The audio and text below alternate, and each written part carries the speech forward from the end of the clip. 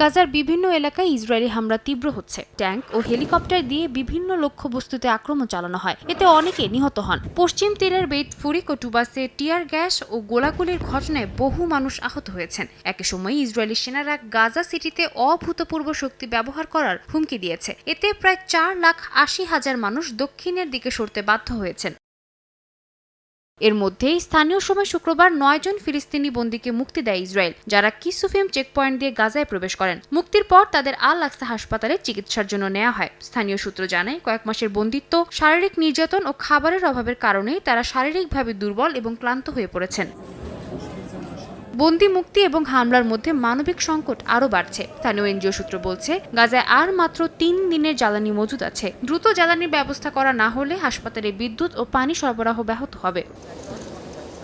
এদিকে ফ্রান্সের president Emmanuel Macron রোববার জাতিসংঘে ফিলিস্তিনকে রাষ্ট্র হিসেবে স্বীকৃতি দেওয়ার কথা ভাবছেন। এই স্বীকৃতি অন্যান্য দেশকেও প্রভাবিত করতে পারে বলে ধারণা বিশ্লেষকদের। এতে গাজা যুদ্ধ থামিয়ে শান্তি প্রক্রিয়া পুনরায় শুরু করতে ইসরায়েলের উপর চাপ সৃষ্টি হতে পারে। সাদিয়া তাসনিম, সময় সংবাদ।